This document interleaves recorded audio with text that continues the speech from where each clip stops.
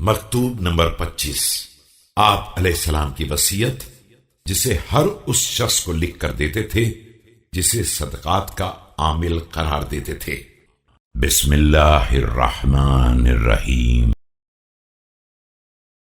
انطلق على تقوى الله وحده لا شريك له ولا تربعن مسلما ولا تجتازن عليه كارها ولا تأخذن منه أكثر من حق الله في ماله۔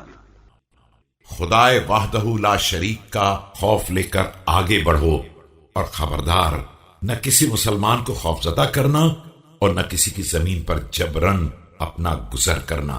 مال میں سے حق خدا سے ذرہ برابر زیادہ مت لینا۔ فإذا قدمت على الحي فانزل بمائهم من غير أن تخالط أبياتهم ثم امض إليهم بالسكينة والوقار حتى تقوم بينهم فتسلم عليهم ولا تخدج بالتحية لهم۔ اور جب کسی قبیلے پر وارد ہونا تو ان کے گھروں میں گھسنے کے بجائے چشمے اور کنویں پر وارد ہونا، اس کے بعد سکون و وقار کے ساتھ ان کی طرف جانا اور ان کے درمیان کھڑے ہو کر سلام کرنا، اور سلام کرنے میں بخل سے کام نہ لینا۔ ثم تقول عباد الله أرسلني إليكم ولي الله وخليفته لآخذ منكم حق الله في أموالكم فهل لله في أموالكم من حق فتؤدوه إلى وليه؟ فإن قال قائل لا فلا تراجعه۔ اس کے بعد ان سے کہنا کہ بندگان خدا مجھے تمہاری طرف پروردگار کے ولی اور جانشین نے بھیجا ہے تاکہ میں تمہارے اموال میں سے پروردگار کا حق لے لوں، تو کیا تمہارے اموال میں کوئی حق اللہ ہے جسے میرے حوالے کر سکو؟ اگر کوئی شخص انکار کر دے تو اس سے دوبارہ تکرار نہ کرنا۔ وإن أنعم لك منعم فانطلق معه من غير أن تخيفه أو توعده أو تعسفه أو ترهقه فخذ ما أعطاك من ذهب أو فضة فإن كان له ماشية أو إبل فلا تدخلها إلا بإذنه فإن أكثرها له۔ اور اگر کوئی شخص اقرار کرے تو اس کے ساتھ اس انداز سے جانا کہ نہ کسی کو خوفزدہ کرنا، نہ دھمکی دینا، نہ سختی کا برتاؤ کرنا اور نہ بیجا دباؤ ڈالنا۔ جو سونا یا چاندی دے دیں وہ لے لینا، اور اگر چوپایا یا اونٹ ہوں تو ان کے مرکز پر اچانک بلا اجازت وارد نہ ہو جانا کہ زیادہ حصہ تو مالک ہی کا ہے۔ فإذا أتيتها فلا تدخل عليها دخول متسلط عليه ولا عنيف به ولا تنفرن بهيمة ولا تفزعنها ولا تسوءن صاحبها فيها واصدع المال صدعين ثم خيره۔ اس کے بعد جب چوپایوں کے مرکز تک پہنچ جانا تو کسی ظالم و جابر کی طرح داخل نہ ہونا، نہ کسی جانور کو بھڑکا دینا اور نہ کسی کو خوفزدہ کر دینا، اور مالک کے ساتھ بھی غلط برتاؤ نہ کرنا، بلکہ مال کو 2 حصوں میں تقسیم کر کے مالک کو اختیار دینا۔ فإذا اختار فلا تعرضن لما اختاره ثم اصدع الباقي صدعين ثم خيره فإذا اختار فلا تعرضن لما اختاره۔ اور وہ جس حصے کو اختیار کر لے اس پر کوئی اعتراض نہ کرنا، پھر باقی کو 2 حصوں پر تقسیم کرنا اور اسے اختیار دینا، اور پھر اس کے اختیار پر اعتراض نہ کرنا۔ فلا تزال كذلك حتى يبقى ما فيه وفاء لحق الله في ماله فاقبض حق الله منه فإن استقالك فأقله۔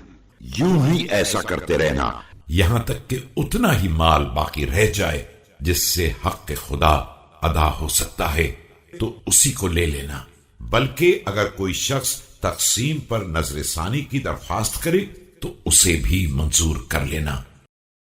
ثم اخلطهما ثم اصنع مثل الذي صنعت أولا حتى تأخذ حق الله في ماله ولا تأخذن عودا ولا هرمة ولا مكسورة ولا مهلوسة ولا ذات عوار. اور سارے مال کو ملا کر پھر پہلے کی طرح تقسیم کرنا، اور آخر میں اس بچے مال میں سے حق اللہ لے لینا. بس اس کا خیال رکھنا کہ بوڑھا، ضعیف، کمر شکستہ، کمزور اور عیب دار اونٹ نہ لینا. ولا تأمنن عليها إلا من تثق بدينه رافقا بمال المسلمين حتى يوصله إلى وليهم فيقسمه بينهم. ولا توكل بها إلا ناصحا شفيقا وأمينا حفيظا. اور ان اونٹوں کا امین بھی اسی کو بنانا جس کے دین کا اعتبار ہو اور جو مسلمانوں کے مال میں نرمی کا برتاؤ کرتا ہو، تاکہ وہ ولی تک مال پہنچا دے اور وہ ان کے درمیان تقسیم کر دے. اس موضوع پر صرف اسے وکیل بنانا جو مخلص، خدا ترس، امانت دار اور نگراں ہو. غير مؤنف ولا مجحف ولا ملغب ولا متعب. ثم احضر إلينا ما اجتمع عندك نصيره حيث أمر الله به. فإذا أخذها أمينك فأوعز إليه أن لا يحول بين ناقة وبين فصيلها. نہ سختی کرنے والا ہو، نہ ظلم کرنے والا، نہ تھکا دینے والا ہو، نہ شدت سے دوڑانے والا. اس کے بعد جس قدر مال جمع ہو جائے وہ میرے پاس بھیج دینا، تاکہ میں امر الہی کے مطابق اس کے مرکز تک پہنچا دوں. امانت دار کو مال دیتے وقت اس بات کی ہدایت دے دینا کہ خبردار اونٹنی اور اس کے بچے کو جدا نہ کرے. ولا يمسر لبنها فيضر ذلك بولدها ولا يجهدنها ركوبها. وليعدل بين صواحباتها في ذلك وبينها. وليرفه على اللاغب وليستئم بالنقب والضالع. اور سارا دودھ نہ نکال لے جو بچے کے حق میں مضر ہو. سواری میں بھی شدت سے کام نہ لے، اور اس کے اور دوسری اونٹنیوں کے درمیان عدل و مساوات سے کام لے. تھکے ماندے اونٹ کو دم لینے کا موقع دے، اور جس کے کھر گھس گئے ہوں یا پاؤں شکستہ ہوں ان کے ساتھ نرمی کا برتاؤ کرے. فليورثها ما تمر به من الغدر ولا يعدل بها عن نبت الأرض إلى جواد الطرق. وليروحها في الساعات. راستے میں تالاب پڑیں تو انہیں پانی پینے کے لیے لے جائے، اور سرسبز راستوں کو چھوڑ کر بے آب و گیا راستوں پر نہ لے جائے. وقتاً فوقتاً آرام دیتا رہے.